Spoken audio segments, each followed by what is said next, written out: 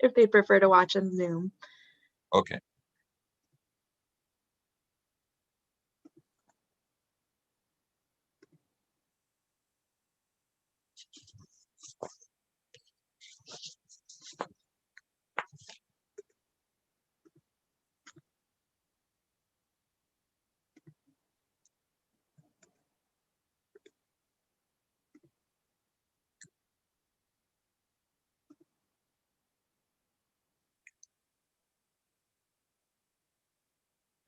Thanks for joining us, folks. I know that the Zoom link didn't seem to be working, so we're going to wait a few minutes just to make sure that everybody is able to log in.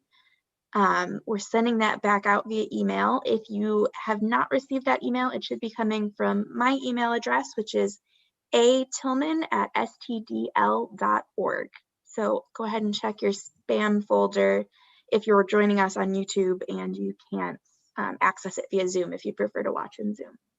We'll be starting just a few minutes late to give people an opportunity to log in. So thank you for your patience, folks.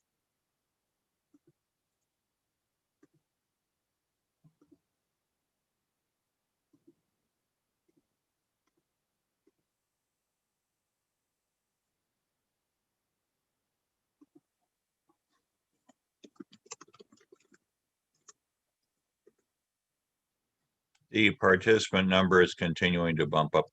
Fabulous. Yes, because I'm checking my email and responding as I can't get an email. Oh, okay. So thank you, everyone.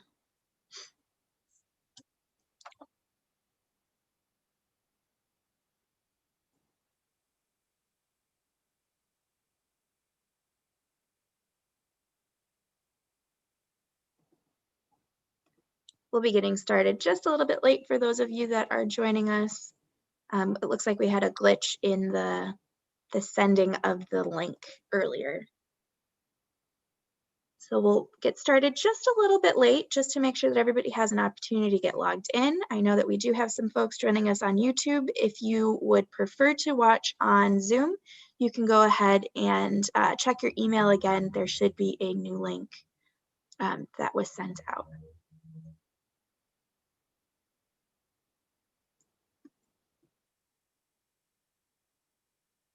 Wonderful. The number continues to tick. Okay.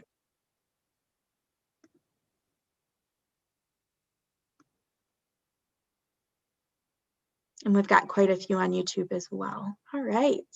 So those numbers won't show in that participant number I see at the bottom of the screen, right? Right. But you've got access to the number on YouTube, I assume? I do. Mm-hmm. Okay. Okay, good.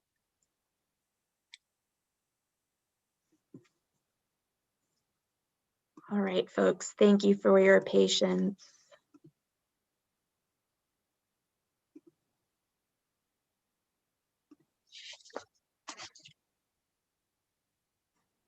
Leave it another minute or so and then we'll get started because I see it's still slowly increasing. So. Okay. And then you've got a moment or two of remarks, right, Annie, to start? Correct. Yes. Okay, fine. Okay.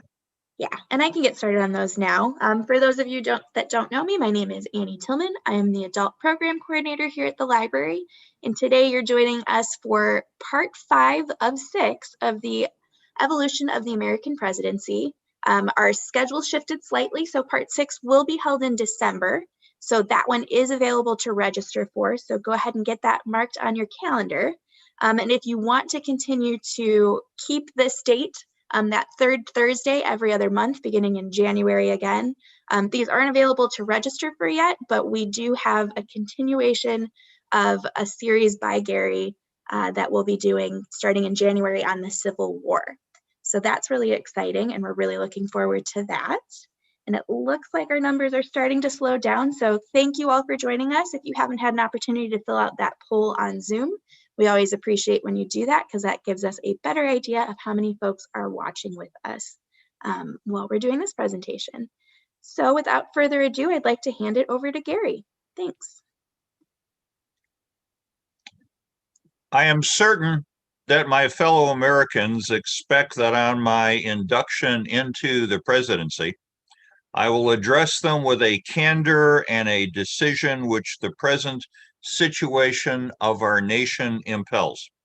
This is preeminently the time to speak the truth, the whole truth, frankly and boldly.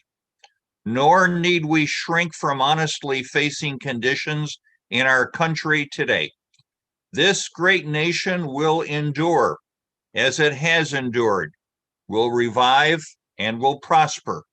So first of all, let me assert my firm belief that the only thing we have to fear is fear itself, nameless, unreasoning, unjustified terror, which paralyzes needed efforts to convert retreat into advance.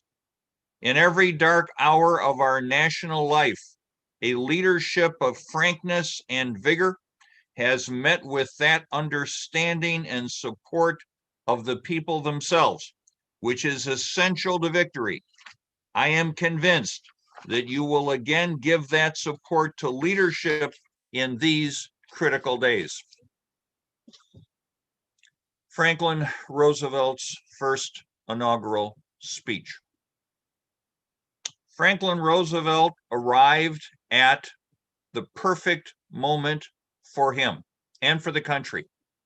A person with a detailed plan, with superb political skills, superb persuasive skills, and a country which badly needed all of them when he arrived. And he kicks off the series of presidents that we're going to talk about today, which extend from him through Gerald Ford.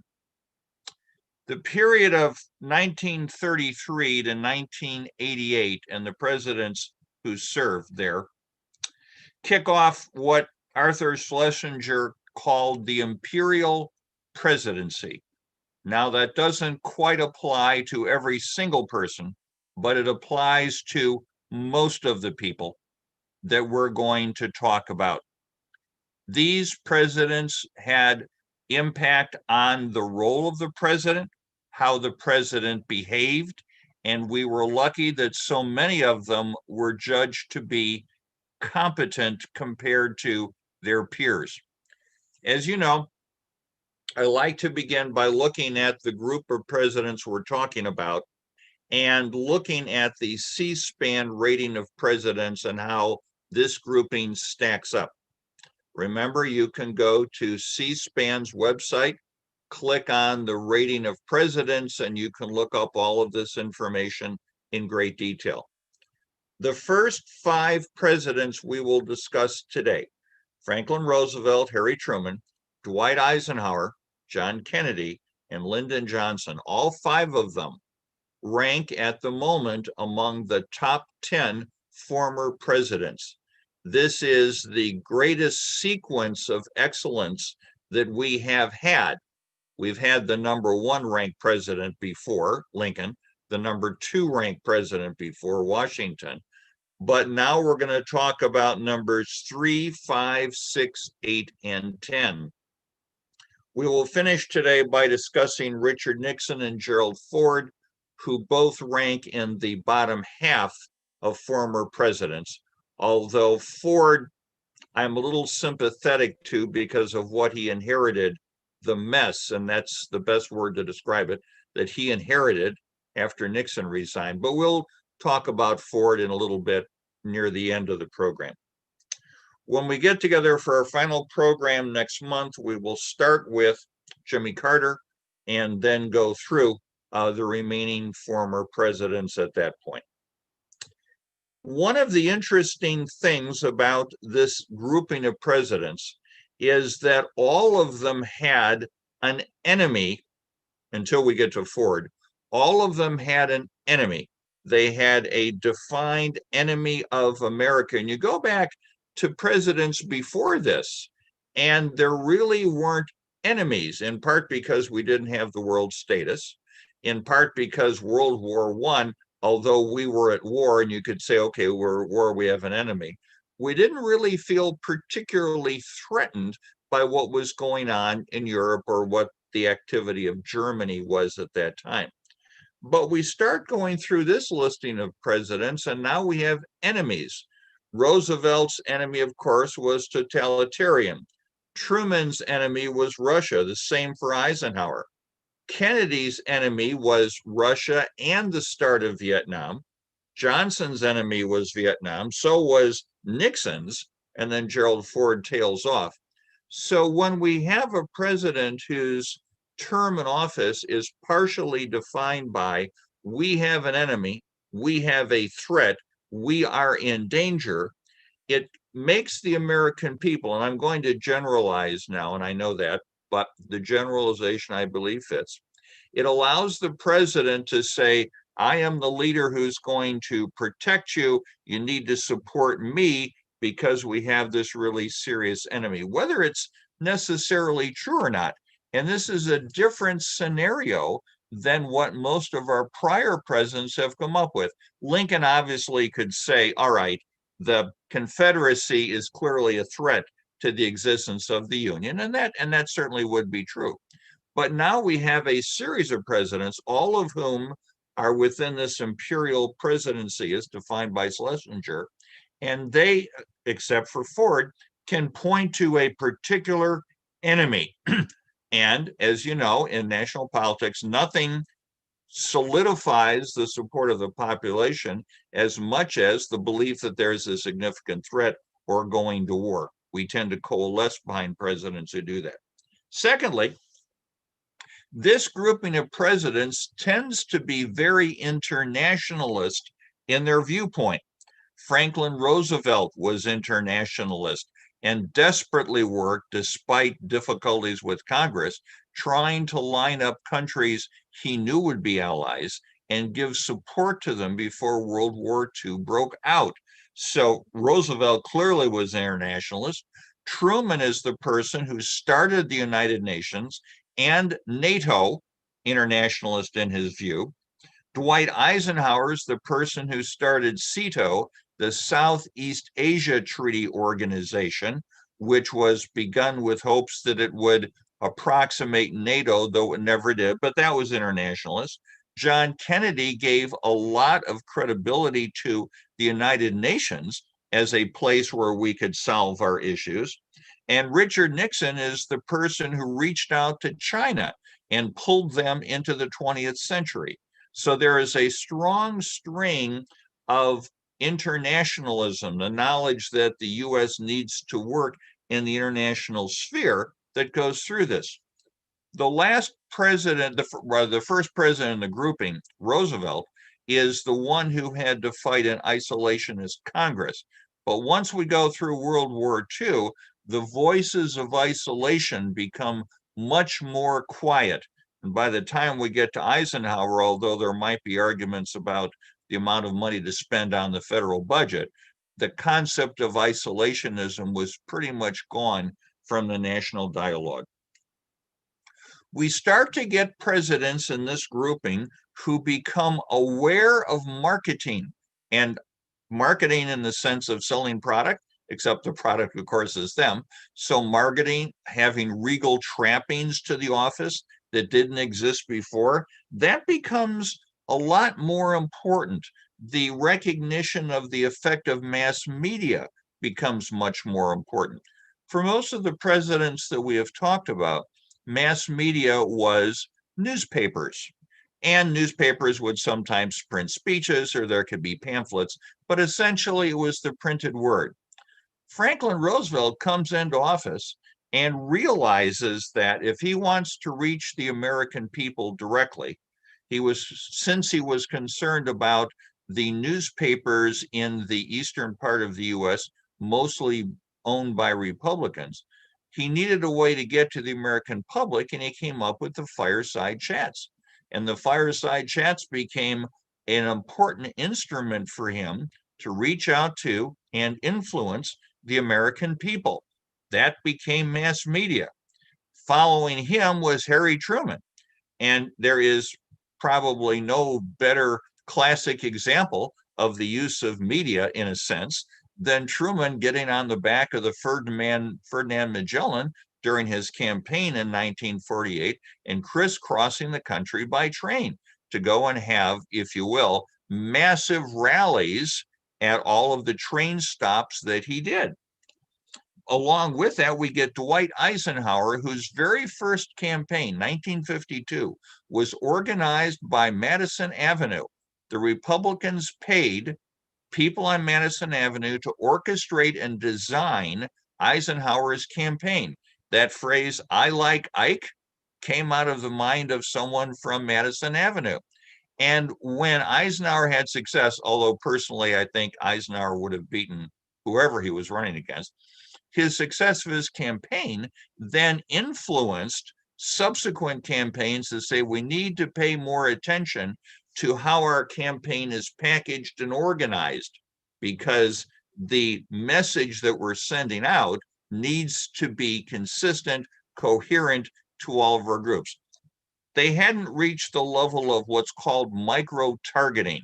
And you saw micro-targeting in 2020, 2018, 2016, micro-targeting. Small groups of voters receive targeted messages to them in the media that they use. So we've gone a bit beyond that now, but going back to the time that we're talking about, Eisenhower's campaigns were literally scripted.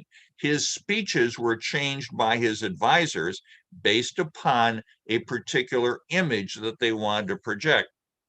John Kennedy won the election in 1960 to a large degree because he looks a whole lot better and sounds a whole lot better on TV than Richard Nixon. And that was the use of media. Kennedy was superb at using television. And Kennedy also employed a series of, I'm not sure what their titles were, let's just call it press office, of making sure that there were photographs of Kennedy taken with his photographic children, taken with his photographic wife, taken when he was not racked by pain and limited to sitting in a rocking chair because he couldn't walk. So those photo opportunities became really important to Kennedy. He was already a gifted speaker, but those photo opportunities became important to him in terms of mass media. Lyndon Johnson used mass media, although with decreasing effectiveness as the Vietnam War goes along, but he was very good in terms of talking to the population, talking to the people. And by the way, Johnson's campaign in 1964 was also not completely, majority of it was designed by Madison Avenue as well. The anti-Goldwater stuff as well as the pro-Johnson stuff. Nixon, in his first 4 years in office, before Watergate bubbles up, was also very good at using mass media, giving targeted interviews to people that he knew would ask him softball questions, and he could appear presidential. That, by the way, that habit has continued ever since then. So we have those threads in terms of use of mass media. We also have a dark side, and this dark side goes across literally all of these presidents as well. The dark side starts with Roosevelt, who not suddenly, that's unfair, who becomes aware of the incredible importance of two government organizations. One is the IRS, which used to have a different name, but we're going to call it the IRS for consistency. And the other is the FBI, which across all of these presidents literally means J. Edgar Hoover. Presidents learned that those two organizations could be used for political dirty tricks. As far back as Roosevelt, who had the IRS do investigations of Huey Long in Louisiana in terms of turning up dirt or missed tax returns or that sort of thing on Long because Roosevelt was worried about him, as well as Roosevelt using the FBI to get unsavory details about the behavior of members of Congress. By the time it gets to Truman, and Truman, by the way, must be honest here, Lincoln's my favorite president, Truman is my second favorite. I'll try and be as objective as I can as we continue this. But Truman finds out that he can get information from Hoover that he can't get any other way. And Hoover starting with Truman and then working through these presidents, reminds each president in sequence that FDR had secretly given him wide latitude in terms of doing wiretaps and eavesdropping. When it was done under Franklin Roosevelt, it was because we were concerned about war, we were approaching war, and then we were in war. But the interpretation that was given by Hoover was, no, these powers have been given to me, and Mr. President, whoever the president happens to be, I can use these powers to help you out a lot, or of course to hurt you, but I just mentioned the fact that I can use these to help you.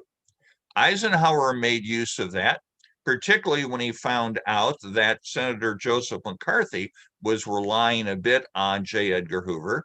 Eisenhower turns the tables on McCarthy and works through Hoover to get that done. Robert Kennedy, who was the Attorney General under his brother John, ended up butting heads with J. Edgar Hoover because Hoover was loyal to whoever the president was, although technically he reported to Robert Kennedy, Hoover, the Attorney General. Hoover would never admit that. So he worked directly with the president. And Lyndon Johnson absolutely loved J. Edgar Hoover and used him for a number of clandestine and illegal search activities. By the way, in early 1951 or so, J. Edgar Hoover, and this has been corroborated by multiple sources, Hoover said, wow, this representative from California is going to go places. We need to become friends with him. That was Richard Nixon.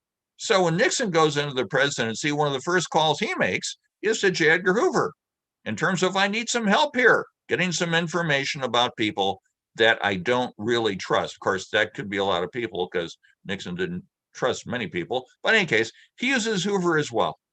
This is a dark side of these presidents in terms of using the abilities of folks to get information obtained illegally. The taping that went on that was famous because of Nixon actually goes all the way back to Kennedy, who started to experiment with taping things in the Oval Office. Johnson expands it, and then Nixon makes it, if you will, an art form in terms of taping things and then sharing some of those tapes with Hoover. We need to acknowledge it. Legal? No. Enhances the power of the president? Absolutely. Consistent across most of these administrations? Absolutely. It's the Imperial Presidency. And as we go through the presidents in detail, it will become increasingly clear that Congress has less and less impact and effect on what the presidents are doing. Constitution says the role of the president's relatively narrow. These presidents work really hard and very effectively to expand it. Franklin Roosevelt was our president for 12 years and 40 days.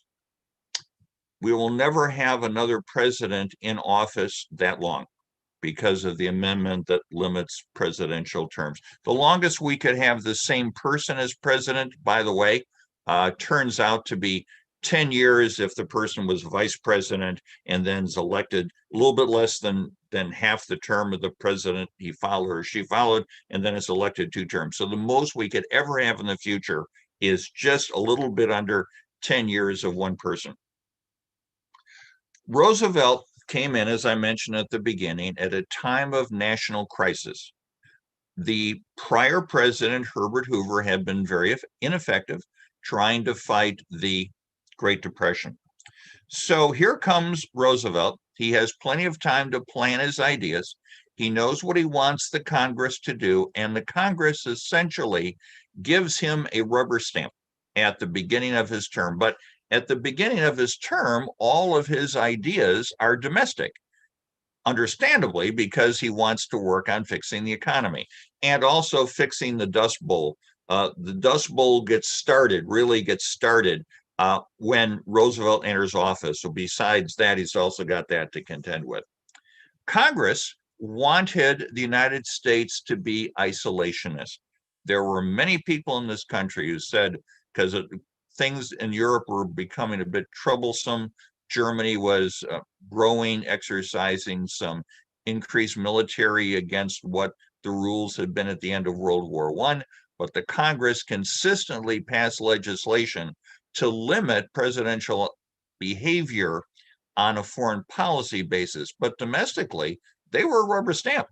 And the result was we got some really, really great programs. The Civilian Conservation Corps, the Works Progress Administration, the National Recovery Act, the Tennessee Valley Authority. Congress on a bipartisan basis, you all remember what that means, right? Bipartisan, Republicans and Democrats vote together. It has happened. It could even happen again in the future sometime. So things were rushing through because all of the people in Congress realized that was a problem. And Roosevelt took full advantage of that. He toured the country. He went to places where there were problems. He represented the face of leadership to people, and people wanted a strong leader who was showing he was taking action, the anti Herbert Hoover, if you will. And he fulfilled that role marvelously. There's also something that Roosevelt did that is perhaps a bit more subtle. If we were having in-person conversation right now, which we're not, but if we were having in-person conversation, we could talk about the size of the federal government. We could argue and say the federal government should even be larger, or it's the right size, or maybe it should be smaller and less invasive.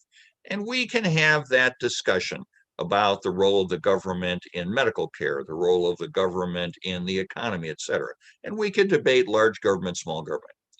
But Roosevelt's presidency changed forever the understanding that the federal government has a defined role in the national economy. It needs to be involved in the economy. It needs to spur the economy when necessary through a number of tools that it has, which includes, of course, taxation, the currency, supply, et cetera.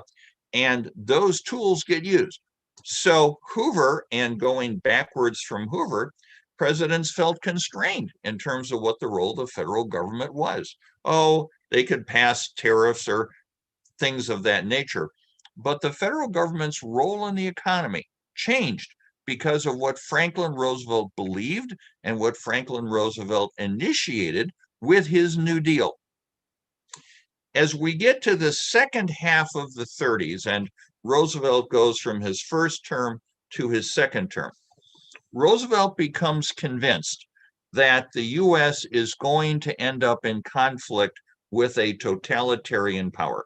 He identifies Germany first. He identifies Japan second a couple of years later. But the Congress does not want us to spend any money putting ourselves at risk, increasing our military, aiding those countries we think are going to be allies in the future. And so Roosevelt is faced with a dilemma of how do I prepare the country for what I think is coming when the Congress is acting against me. And so he launches a couple of programs, some of them illegal, some of them clandestine. Some of them will become something called Lend-Lease, where we give materials, war materials to countries on the promise they will eventually pay us back. So he can start to arm those countries that he believes will be allies of ours in what he perceives as a coming war. Some of this is done semi-publicly, some of it is done clandestinely, but he very clearly moves us towards a preparation. He can't make the military much larger because Congress has to approve that. So that he can only do incrementally. But in terms of preparing the country as best he can to support its allies, he does that. Once Pearl Harbor happens, then Congress does a 180, and now they're fully in support. Would have been helpful if they would have recognized that earlier, but they did not. But they're fully in support. And now Roosevelt is in a position of a wartime president where the Congress looks to him for complete leadership, domestic front and in the international front. To Roosevelt's credit, at that point, he doesn't really need to do things, of course, clandestinely anymore, other than talk to J. Edgar Hoover once in a while. but he certainly prosecutes that. And in terms of his effectiveness as a wartime president, we need to give him credit for selecting people and putting them in important positions who would help him on details. I'm thinking of George Marshall, who became essentially chief of staff for Roosevelt. Marshall wanted to go and fight, and um, Roosevelt said, no, I need you here in Washington. Putting Knudsen, who was the former president of General Motors, in charge of the war effort to develop the arsenal of democracy to change our economy from peacetime to wartime. Roosevelt did a very good job of selecting people to implement those programs and giving them the latitude to do that. Now, World War II started in September of 39. We didn't get involved until December of 41 because he couldn't convince the Congress to support, but he did everything he could, including Lend-Lease. There is a very, very painful scene in the movie Darkest Hour, which if you haven't seen, by the way, you should. Gary Oldman actually is Winston Churchill in that movie. It's amazing. There's a painful scene where Churchill's talking to Roosevelt by phone, and Churchill is pleading for war materials, and Roosevelt says the Congress won't let me do it. The scene goes longer than that, but he says the Congress won't let me do it. That's because we're still before December 7th, 1941. When the war effort begins, Roosevelt becomes a good leader, has the support of the American people. He already had made the questionable decision to run for a third term in 1940. And that was, in fact, breaking a political norm, which is a phrase I suspect you've heard some frequency during the last few years. But that was a breaking political norm. It was never illegal at that point for a president to run for a third term. But following the guidance of George Washington, no president ever had. We did have Grover Cleveland ran 3 times, but once he was defeated. So we hadn't had a president fulfill a third term. So Roosevelt got a lot of pushback on that in terms of, is this appropriate? Should you be doing that? He did. When we get to 1944, we're in the war, and Roosevelt was very, very sick. He dies a few months after he is inaugurated for his 4th term, and he was clearly very ill in the second half of 1944. He didn't even campaign.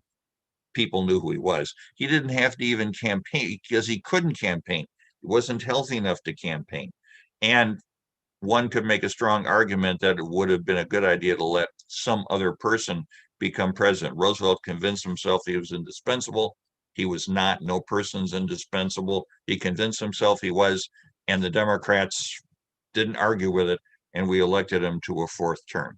His mark on the presidency is, in the terms of one historian, he casts a shadow that all subsequent presidents live under that shadow.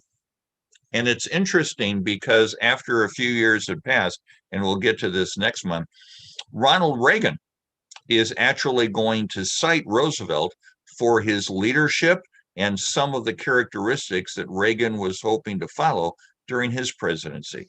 But that comes up next month, so we'll let Reagan wait for the moment. The concept of the imperial president begins with Franklin Roosevelt, who, by the way, didn't like to be disagreed with either. He argued with Congress when they tried to disagree with him. He argued with the Supreme Court when they tried to disagree with him. That's where the phrase court packing came from, was from Roosevelt, who tried actually to convince the legislature to pass a law that would expand the Supreme Court from 9 to 15 and allow the president to directly put people on the court. At the moment, the president nominates, the Senate has to vote, right? Roosevelt wanted to be able to put people directly on the court because he was tired that they were overturning many of his programs. The Senate wisely, I'm being sincere here for a minute, the Senate wisely turned that down. In any case, the impact on the presidency and the effect of it is Roosevelt changes that and changes the involvement of the federal government in the economy as we understand it. He is as close to a colossus as we've ever had in the presidency. He's followed by Harry Truman. And Harry Truman was a compromise candidate, as we know, to go onto the ticket because Roosevelt was kicking off Henry Wallace, who was becoming way too progressive even for Roosevelt. Truman hadn't done anything of particular note. Yes, he was in his second term as a senator, but he was regarded as a political hack. He had no foreign policy experience. He did do some good things with the Truman Commission during World War II, going and investigating companies that had war contracts to be sure they were doing things of correct quality and that sort of stuff. And he becomes president during his term, after he's sworn in as vice president in January of 45. He has exactly 2 meetings with Roosevelt before Roosevelt dies. And one of them, Roosevelt just wanted to talk social things. How does, your wife like being the second lady and that sort of stuff. So Truman comes in, one could fairly say, unprepared. And not only that, he was following a person who was a legend.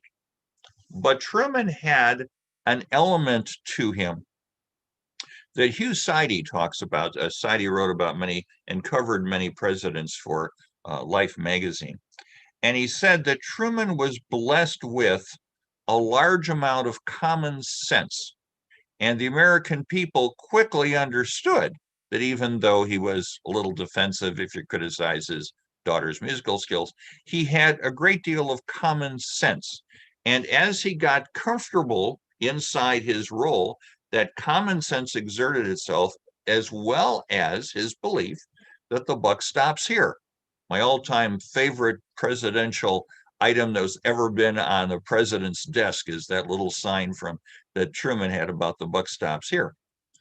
Decisions will be made. I will make them, and I'll make them with whatever information is available, but I'm not going to postpone them. I'm not going to ask a commission to go and do a 3-month study for me. I'm going to make decisions. That's what I'm getting paid to do, and that's what I will do. So the nation goes through a bit of a trauma because he clearly is not Roosevelt. He doesn't sound like Roosevelt, doesn't look like Roosevelt, doesn't have Roosevelt's speaking skills. But after a period of time, it becomes clear that he makes really good decisions, and Truman is more than happy to push the envelope of what it is that the president is supposed to do. It includes a decision to drop the atomic bomb to end World War II. It includes the way that he fought against Union power that he thought was over exerting itself in terms of the recovery the U.S. was going through to move from a wartime back to a peacetime economy. He was visionary. He is the president who talked about having a Medicare system. He didn't call it Medicare, a Medicare system. He is the president who supported not only Social Security, but other government programs that Lyndon Johnson is going to implement later on. He was a visionary. Where that came from, it's hard to tell, but he was. And although he was vilified at the time, his popularity rating was under 20% when he left office in 1953. People followed him, and he was more than willing to expand the bounds of the presidency, what they could do. The fact that the Supreme Court turned him down a few times, he wanted to nationalize the steel industry. The Supreme Court said, you can't do that. We're not at war. You can't do that. Cut it out. But his desire to keep the economy moving, et cetera, was important. He was the one who developed the Truman Doctrine, which saved Greece, by the way. He was the one who came up, along with George C. Marshall, of the idea of NATO. The Marshall Plan came out of a conversation that not a conversation, a series that Marshall had with Truman. The Berlin airlift is something that Truman supported and wanted to be sure. He went against the advice of his generals who said, we can fight our way to Berlin. And Truman said, no, we're going to do an airlift. And it became quite clear that he was in charge of the details of government, was pushing the federal government to be activist, wanted to be sure that we had a strong position in the world because the Soviet Union was no longer our ally. This is the enemy thing, by the way. The Soviet Union is no longer our ally, and he pushes the boundaries of the presidency. Roosevelt expands them. Truman keeps them in position and bumps them even further. Now, we're not at war. So the Congress thinks that maybe they would like to reassert themselves just a bit. And Congress and Truman end up battling during the second 2 years of Truman's first administration, which is the end of the FDR term in office. When Truman campaigns in 48 for his reelection, he campaigns against what he calls the do-nothing Congress. You may have heard that phrase before too. The do-nothing Congress. He says to the American people, I am the person who will get things done for you, but I need a little help here.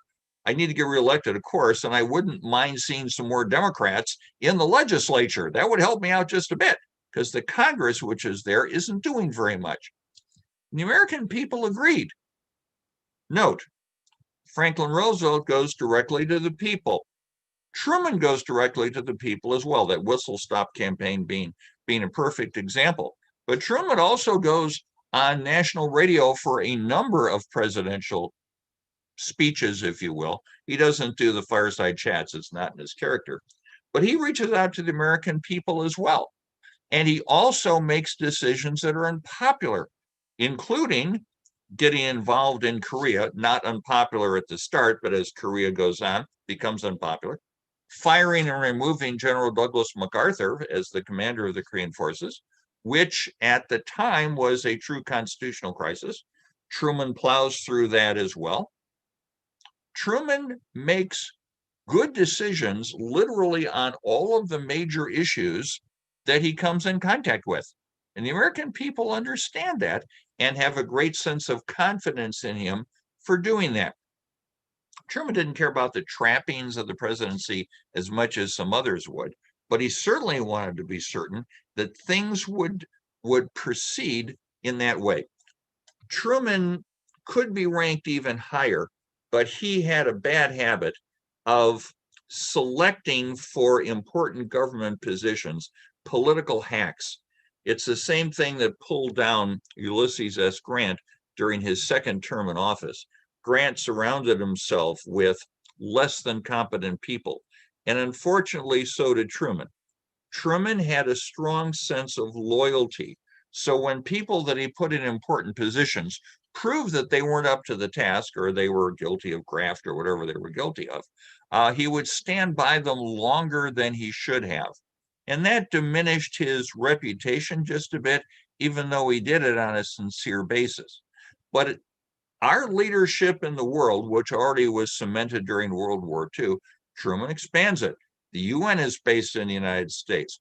All of those international agreements, which get started under Roosevelt, conclude under Truman to establish what we now call the International Liberal Order, which pretty much has been in place up until somewhere during the Obama presidency. It is fair to say that the International Liberal Order doesn't exist today. We'll touch on that a bit next month. There's a whole bunch of issues that relate to that, and it's not just the current president. A whole bunch of issues relate to why that structure is breaking down just a bit. Again, that's for next month. But Truman clearly says we are the strongest nation in the world. We need to act like it. We need to be a world leader. We need to be involved in a number of places. We need to defend democracy. That's not a term that Truman used. That's what we did. And he left a strong mark in terms of how a leader should behave. We go from Truman to Eisenhower.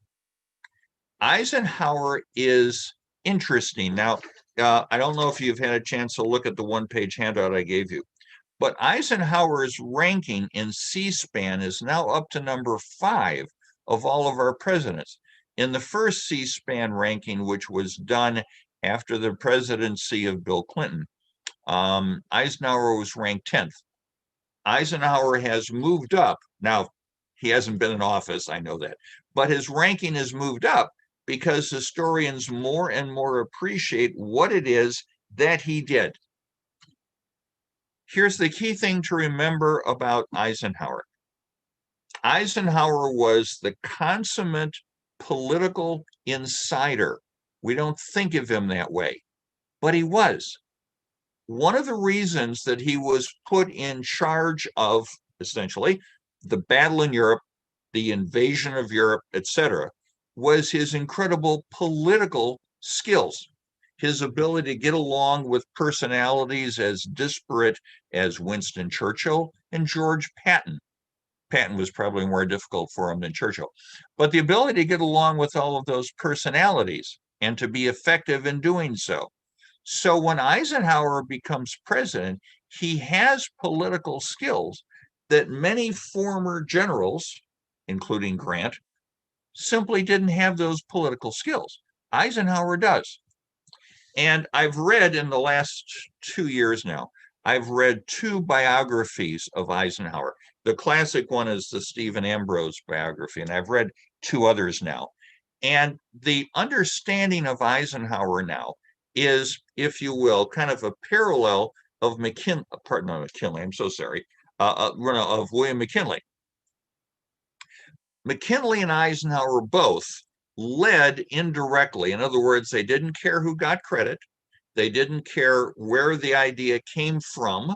They kind of worked from behind and underneath, and they let other people take credit, whether it be the Dulles brothers, whether whoever it might be, so that they did not appear to be the upfront, lead from the front sort of leader.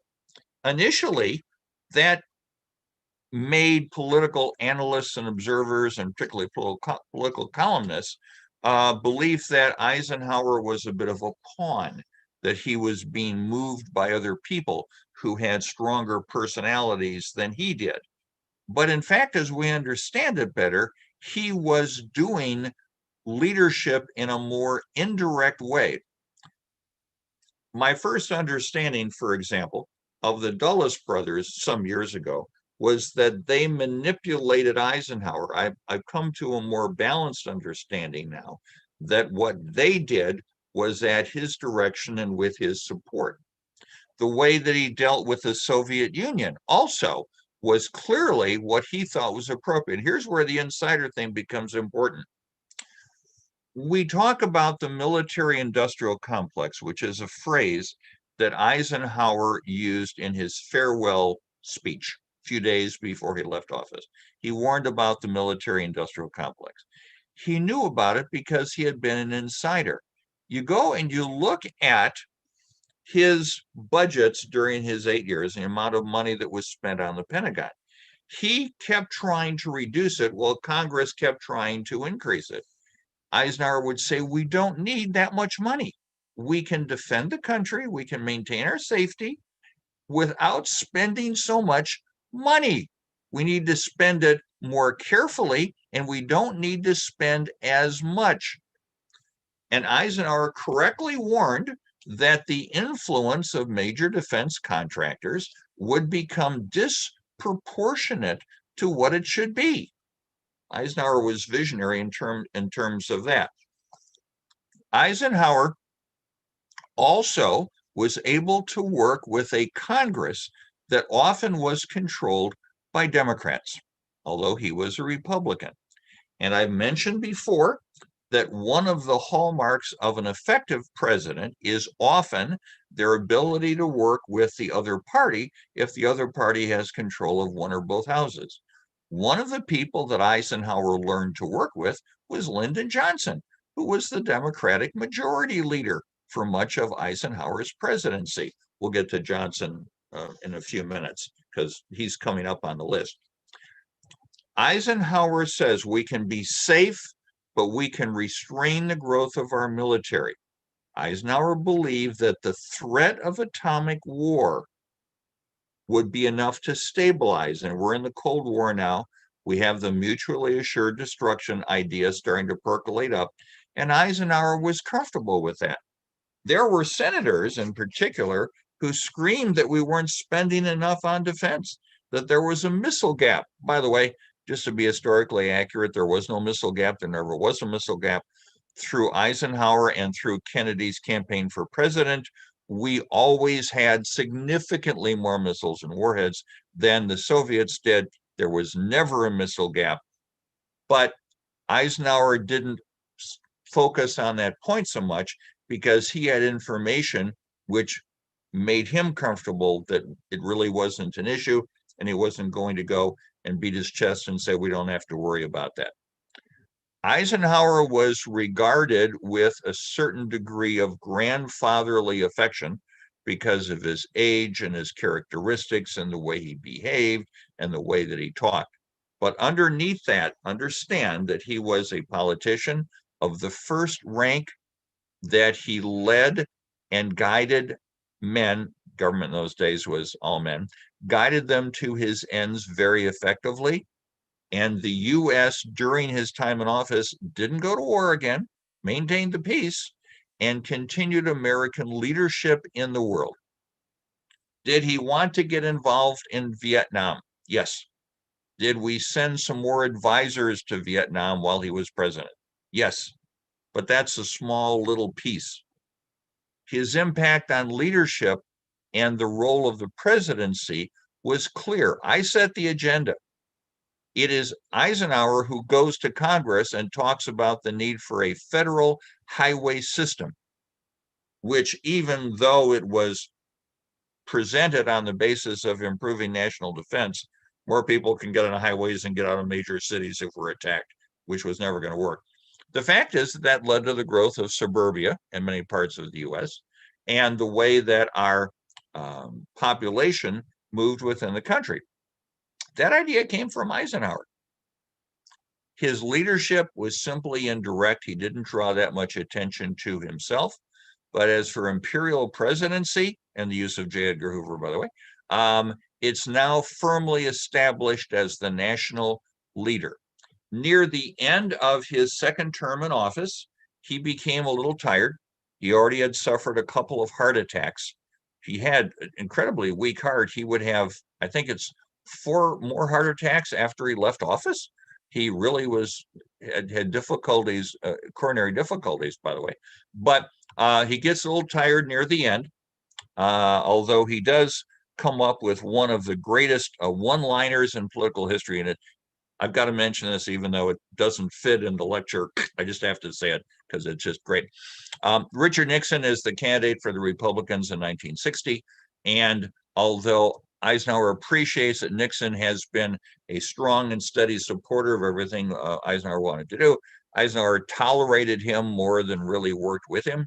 So when reporters listened to Nixon say during the campaign that I was an important part of all the major decisions that Eisenhower did and tried to puff himself up, reporters went to Eisenhower and said, can you tell us about one of these specific decisions that you made where Nixon had a great role?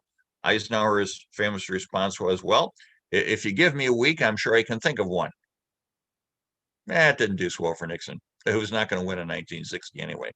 So Eisenhower maintains the strong leadership position, overshadowing the Congress.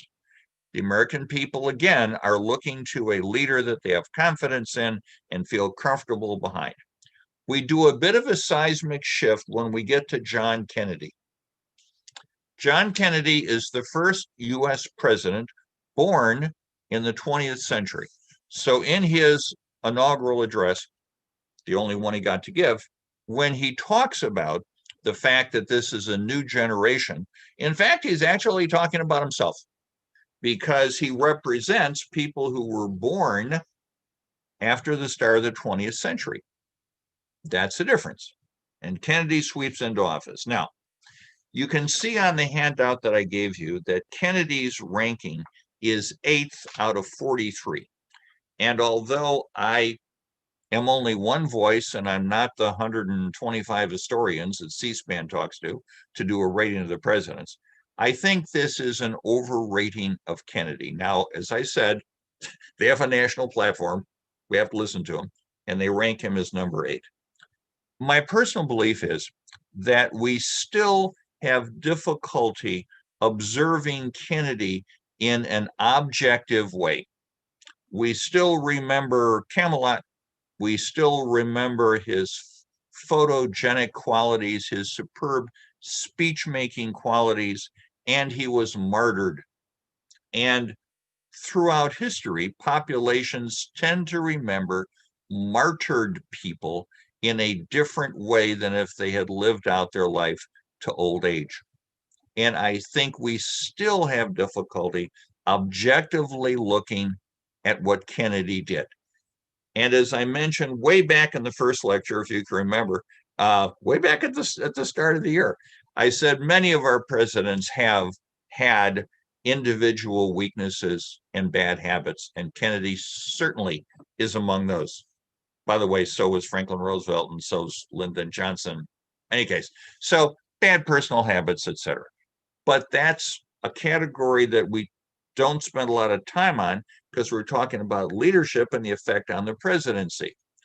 From that point of view, Kennedy, who had campaigned on the missile gap idea, which wasn't true, had campaigned on being strong against Russia, etc., comes into office and now he is politically just a bit boxed in. Also, Kennedy has come to a conclusion, which he will correct, by the way. And his conclusion was that as smart as he was, and as smart as the people were that were around him, they would make good decisions. And the fact, all of these political connections that his vice president, Lyndon Johnson, kept trying to tell him about, you've got to get this senator on your side, you've got to court this senator so that we can get their votes when the time comes. Kennedy didn't believe in doing that and thought that the concept of the presidency meant that he would be the locus of decision making. He has a rude awakening with the Bay of Pigs. Now, the Bay of Pigs was approved by Eisenhower, planned by Allen Dulles to a large degree, and was supposed to start this spontaneous uprising in Cuba to overthrow Castro. For a variety of reasons, it didn't work. But here's the important point in terms of the role of the president. When Kennedy is first told about the plan, he doesn't ask other people for their opinion. He doesn't go to the military. He doesn't go to the Secretary of State, Dean Rusk. He doesn't go to Robert McNamara, who's going to be the Secretary of Defense. He concludes that he can look at it and evaluate it, and it's going to work okay. He doesn't need all of this input, and he can do it on his own. Make the decisions, that is. Well, the event starts, and suddenly decisions have to be made while the operation's in progress. Kennedy makes some really bad decisions, and the entire Bay of Pigs fiasco results in a black eye for the United States, as well as the arrest of hundreds of people who were part of the brigade that we landed on Cuba. It is a disaster. It's a disaster every which way.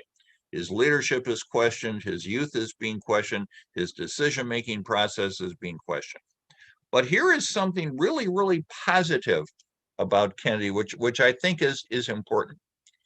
Kennedy did a post-mortem on the Bay of Pigs. He sits down with the people whose opinion he values, including his brother, Bobby, who is always his number one advisor, and a few other folks, and says, how could we have made so many mistakes?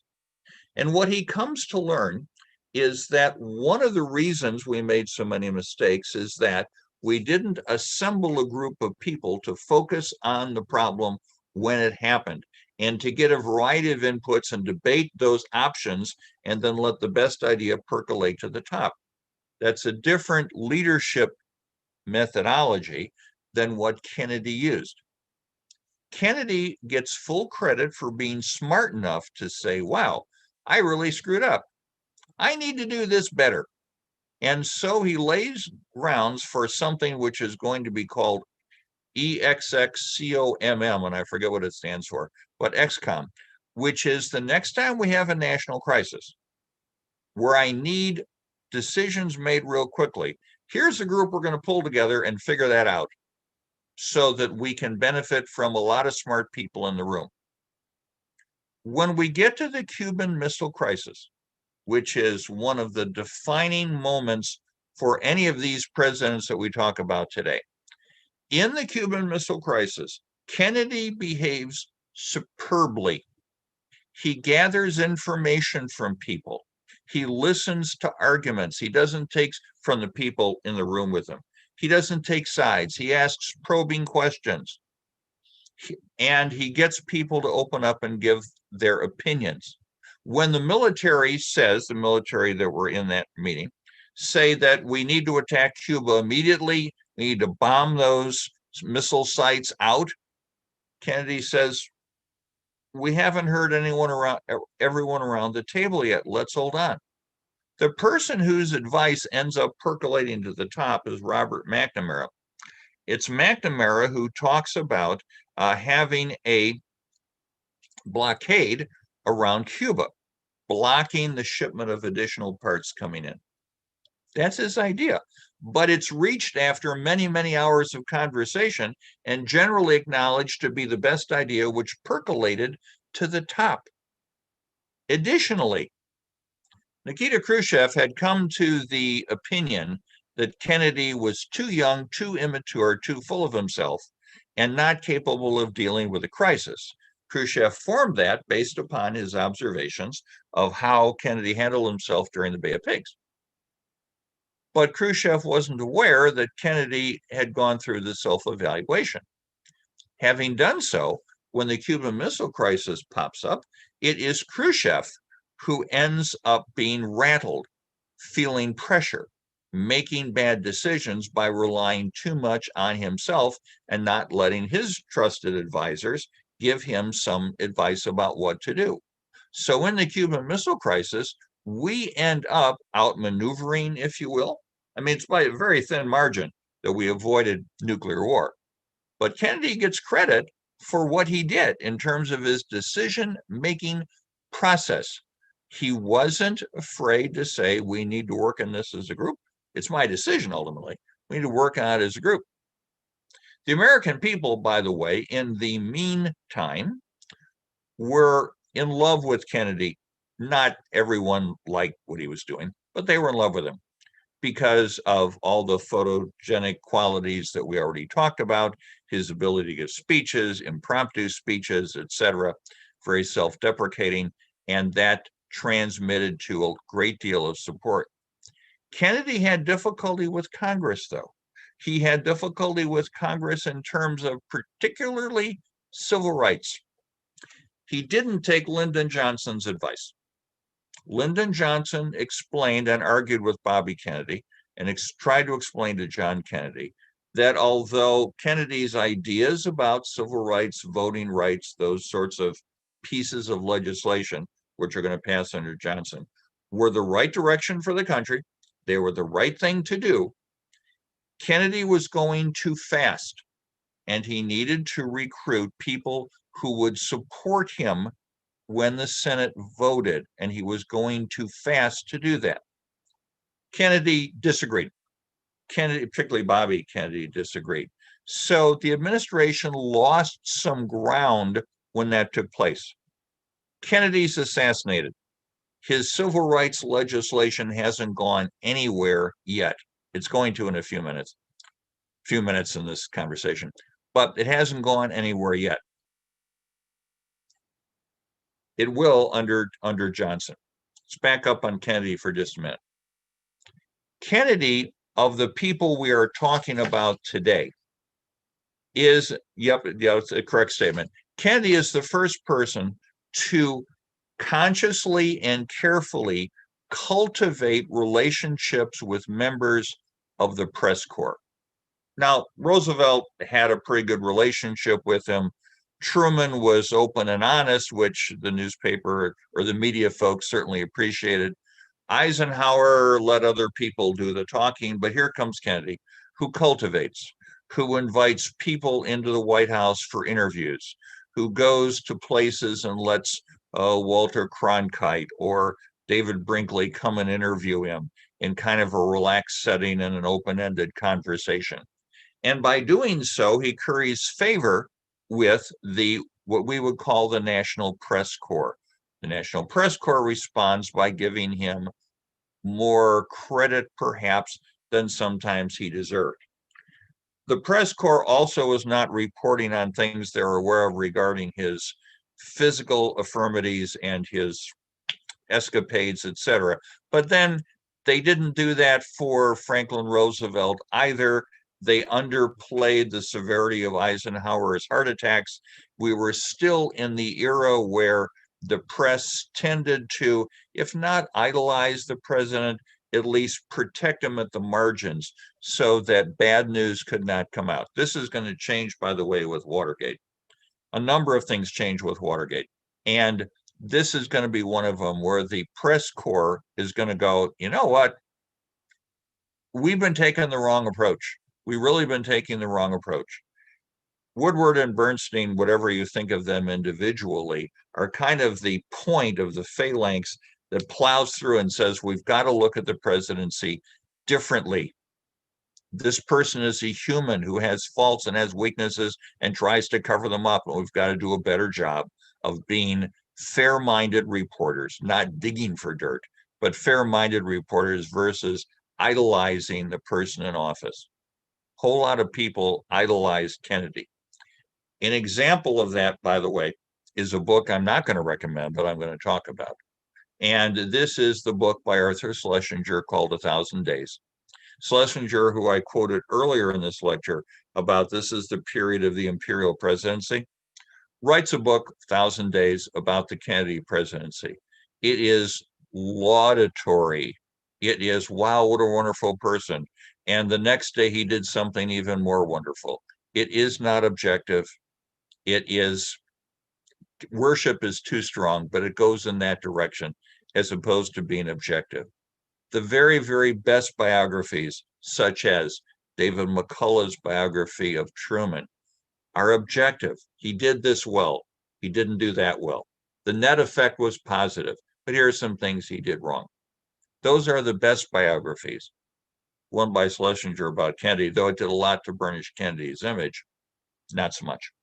So Kennedy understands the power of the presidency, has some difficulty with Congress, as I mentioned, on the civil rights view, but internationally, they support what Kennedy does. When Kennedy goes to Berlin to give them support and does his famous Ich bin ein Berliner speech, the Congress is good on that. So it's kind of the reverse from what Franklin Roosevelt went through. Roosevelt had a free pass domestically, and it was internationally where the isolationism pulled us back. Kennedy is given more of a free pass internationally, which isn't necessarily to our advantage because we get more deeply mired in Vietnam, which I'll talk about in just a minute.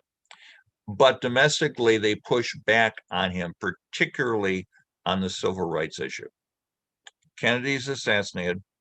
He becomes a martyr.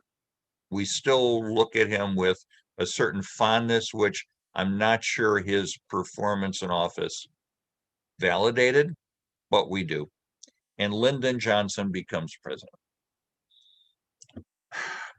Lyndon Johnson, without question, for me anyway, is the most frustrating president to talk about because he's two people. He isn't one person. He's two people. One of the people is what I call domestic Johnson. Domestic Johnson is a superb leader, tactician, gets stuff through Congress. He was the majority leader after all. Gets stuff through Congress. Says this is what John Kennedy wanted, and to honor John Kennedy's memory, we need to pass this. We get the Voting Rights Act. We get the Civil Rights Act. We get all of the great society legislation that was so important to Johnson. He gets stuff going through Congress because he knows how to do it. The other Johnson is what I call international Johnson. And that Johnson is dishonest.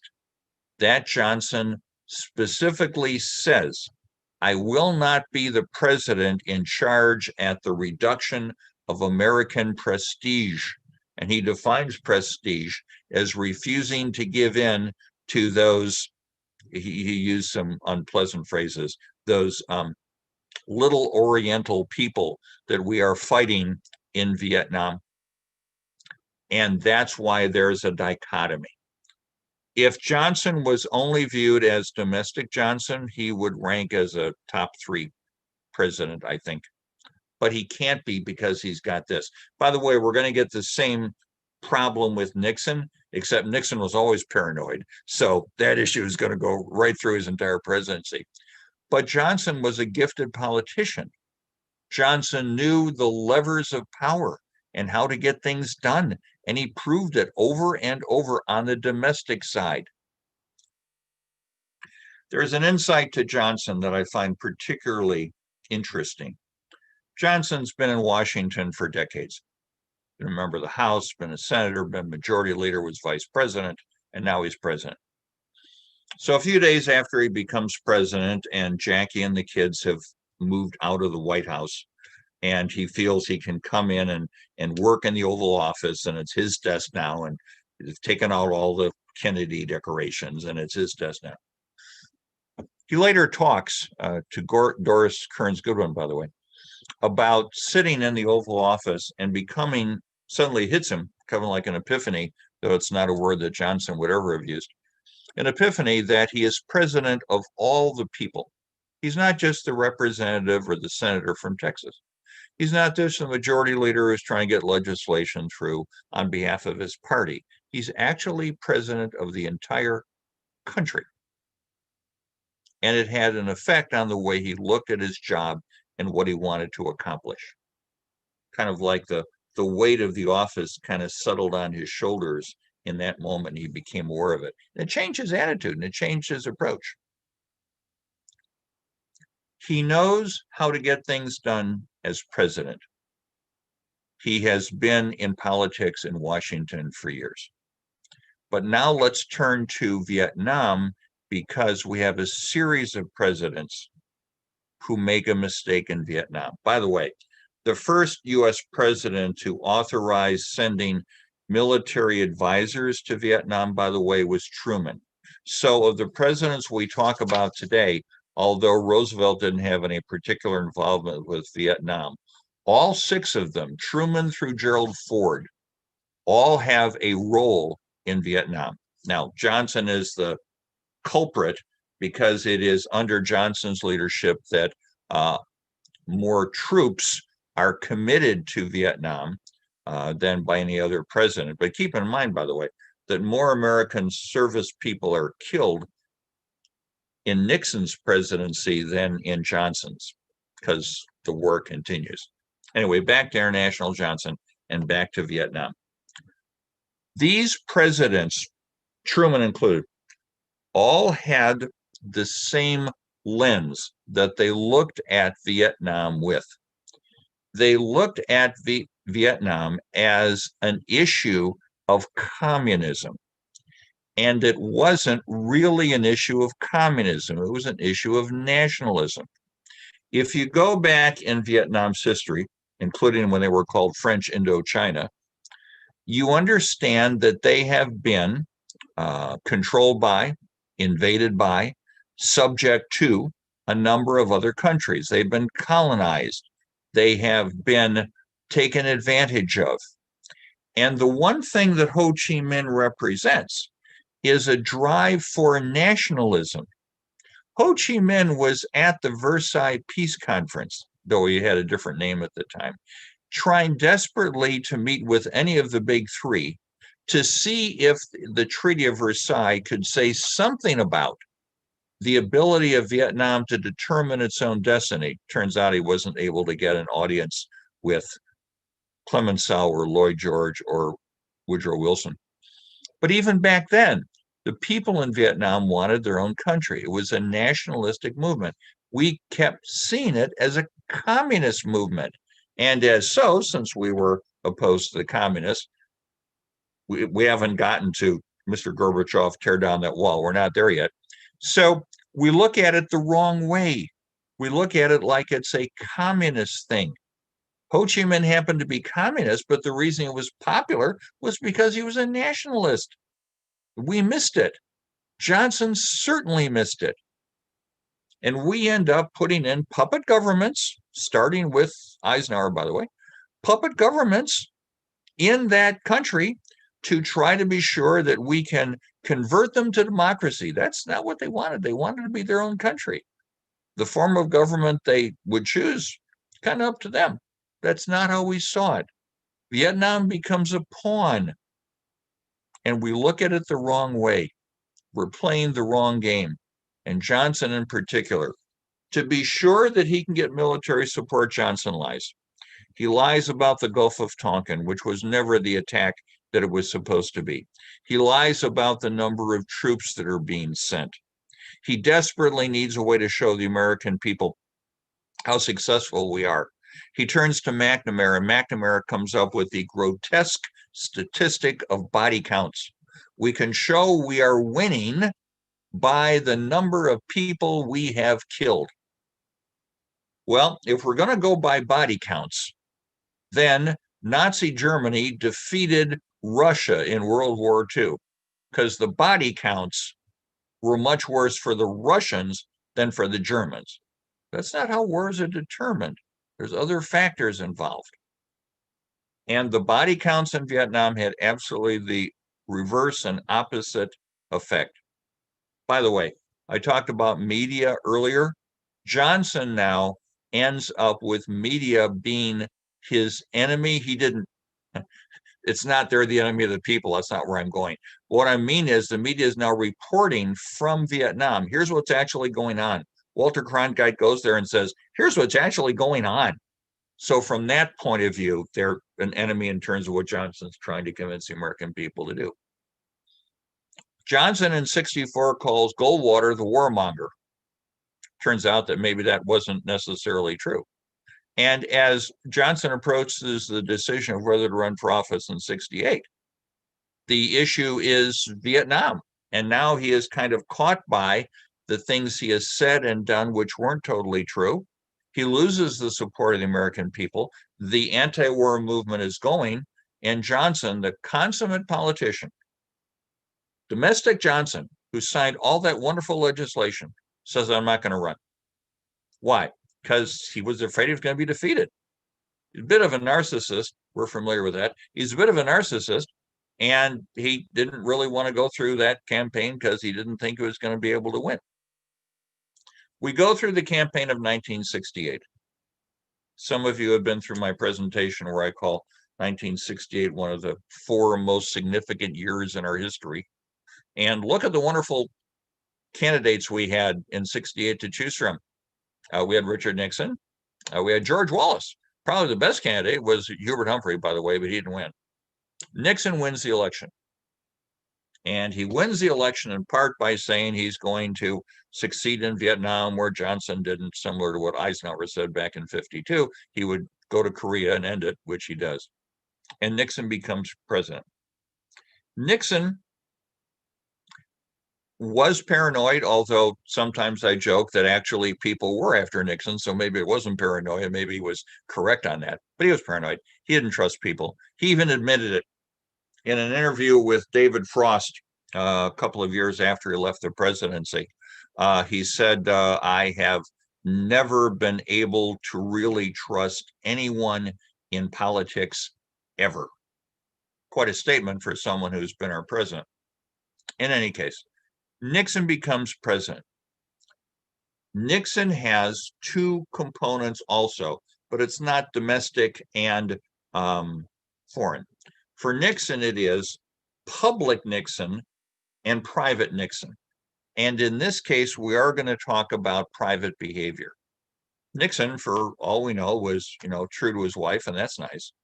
But Nixon's private behavior had no boundaries in terms of what was or wasn't legal. There was no boundary. He was the president. Therefore, if he decided it, if he wanted to do it, it was legal because he was president. We'll get back to that in a minute. Let's go in the public face. Nixon does a number of good things. The Environmental Protection Agency was a brainchild of Richard Nixon. The environment.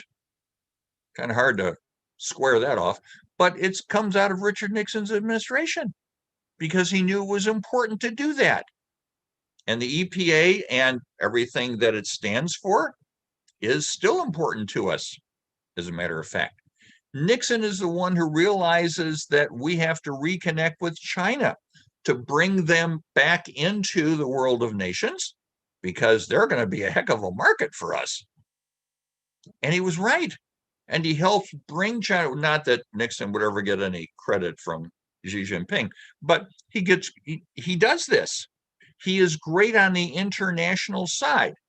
He picks up from Johnson the fact that we have to protect our prestige in Vietnam. We're going to invade Cambodia. We're going to do this bombing stuff, etc.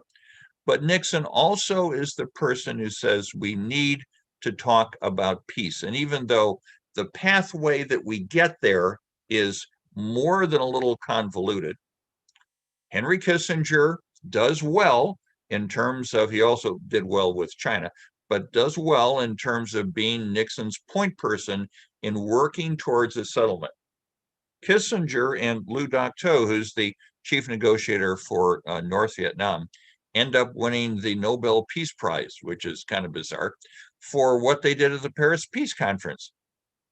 We're not going to go into an analysis of Kissinger. That's a lecture worthy of itself. But working with Nixon, they achieved great things on the international front, including winding down Vietnam. You can argue that we shouldn't have been there. We should have brought troops out immediately. Okay, but at least we're starting to wind things down. You may not like his law and order approach, Nixon's. You may not like his choice in vice president, Spiro Agnew.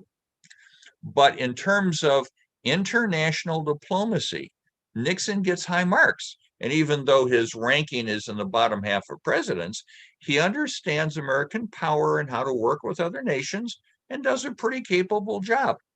But he can't tell the truth. Everyone's an enemy who disagrees with him, and he wants to hurt them.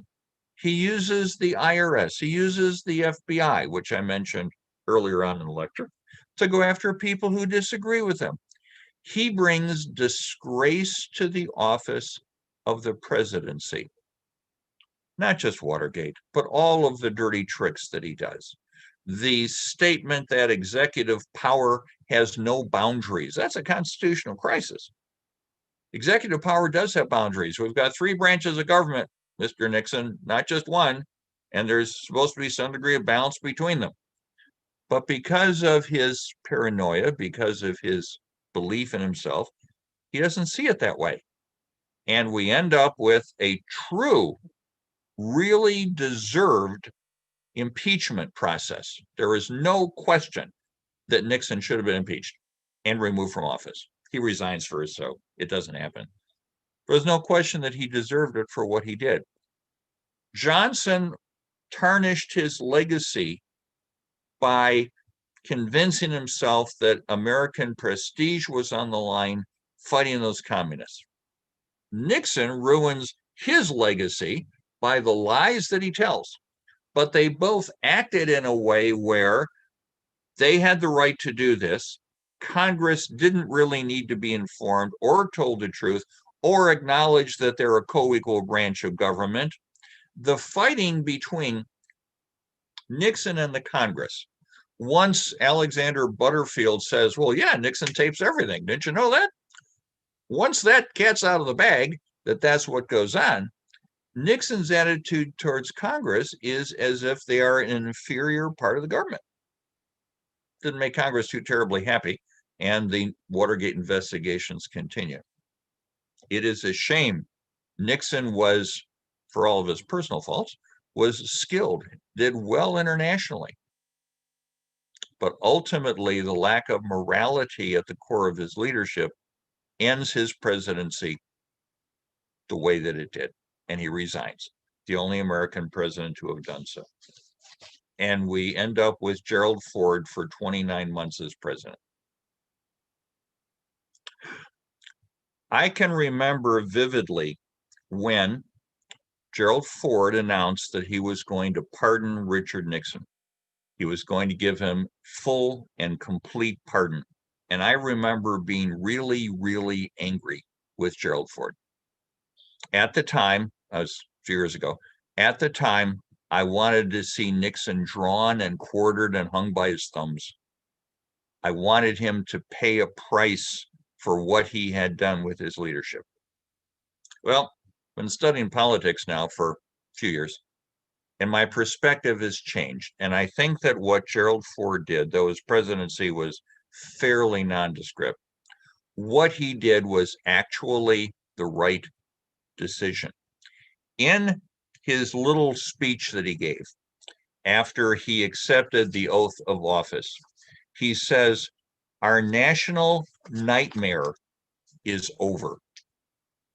If you can remember back to Watergate, it was the only thing on the news. It was the only thing on the radio. It was the only thing in the newspaper. It was the only thing anywhere. We were fixated on Watergate. And the more we learned, the worse it got. You kept saying it can't get any worse. And then it would. Woodward and Bernstein would come out with something else. It would get even worse. And Ford, who did not, by the way, promise to give Nixon a pardon, Nixon asked through an intermediary, "Would you give me a pardon if I resign?" And Ford wouldn't answer it. But Ford, when he became president, later told the story and said, every time I was in public, press conference, anytime I was in public, the only question I was asked was, "What are you going to do about Nixon? What are you going to do about Nixon?" And Ford said, "We have other things to work on." The economy was slowing down, inflation was going up. It gets really bad under Carter, but we talk about Carter next time. And Ford came to the conclusion that the only person who had the authority to end this nightmare was he himself, the president, because remember, the president can pardon, and there's no limitation on the ability of a president to pardon someone who's been convicted of a federal crime, or pardon in advance, if you will. And Ford came to the conclusion that that was correct, and he pardons him. Then Ford, who was a person who had grown up in the House of Representatives on the legislative side, goes to Congress to testify. The first time a sitting president has gone in front of a congressional committee to testify, to explain his reasoning about why he gave Nixon a pardon. Ford was honest to a fault. The jokes about him bumbling and falling over were overly magnified, though Chevy, part of his career was based upon Ford imitations falling over. But Ford goes and he testifies. He explains his reasons. His reasons make some sense. And in retrospect, although Ford didn't accomplish anything of great importance, he happened to be in office when the last U.S. service person left the embassy in Saigon. He happened to be there when that took place. His presidency is pretty nondescript. Imperial Presidency, not really so much. But he was the anti-Nixon. He was the person who calmed or tried to calm people. Unfortunately, many people in the political sphere badly misinterpreted the pardon of Nixon, said it was a setup, it was arranged in advance, it's politics as usual, you do something bad and I will excuse it or I'll pardon you, and it's the old boy network, etc. When Ford runs for his own term in office in 76 against Carter, Carter's campaign is going to say it's time to end the legacy of Nixon and Ford. Well, that wasn't really fair. Ford's not really part of the legacy of what Nixon did. Ford didn't do that stuff. Ford was an honorable person from everything that I've been able to read. So when we talk about the Imperial Presidency, Ford is the one who's kind of the exception. When we meet next month and we get to Jimmy Carter, who certainly falls in that Imperial Presidency mode, he just was ineffective, and certainly Ronald Reagan, then we go back more to what Schlesinger had in mind with the definition. But I think we need to be a little bit kinder to Ford.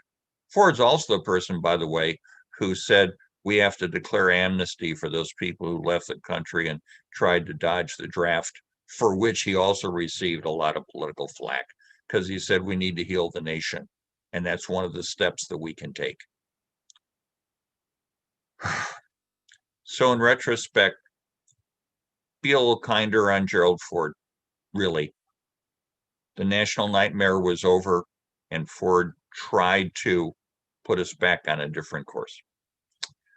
When we meet next month, we start with Jimmy Carter, and we are going to go through Barack Obama. In our next meeting, our current president will still be in office. His term goes until January 20th. So he is not a former president at this point. And also everything about our current president is so new, so immediate that it's not really history. So we're going to end with Barack Obama. We have some degree of distance from Obama's presidency, so we can be a little bit more objective, I think, in terms of that. But that's what we're going to talk about, Carter through Obama. And thank you for spending time with me as we covered these presidents, and we will cover those presidents when we get together next month. Okay, Annie, back to you. Thank you so much, Gary. That was wonderful. We do have a question that came in while you were speaking. Have you ever considered compiling these discussions into a book on the subject? It would be a fascinating read and would make it easy to compare and contrast the presidents across the different volumes. I have two responses. The first one is thank you for complimenting me that I could put this together in a book form. But secondly, although I'm writing, I'm doing fiction. As you know, I already published one book this year. I'm starting to work on a book that I will publish next year, and it's fiction. And what attracts me about fiction is that the characters do whatever I tell them to do. And when you're dealing with former presidents, it's like, wow, I wish he'd done something different, but he didn't. Gosh darn it. And I got to write about it. And fiction, I find a little more satisfying to write about. So thank you for the compliment, which is behind the question.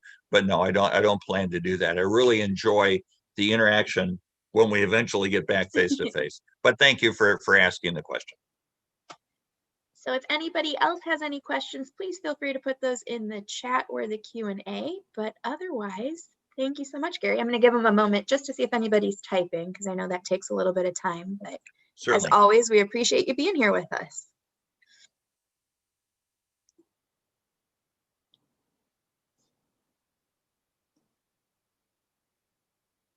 All right. Okay, I think we should let them go do something else now, Annie. Yes, sounds like a plan. Thank you so much, everyone. Okay, thanks, everyone. Bye now.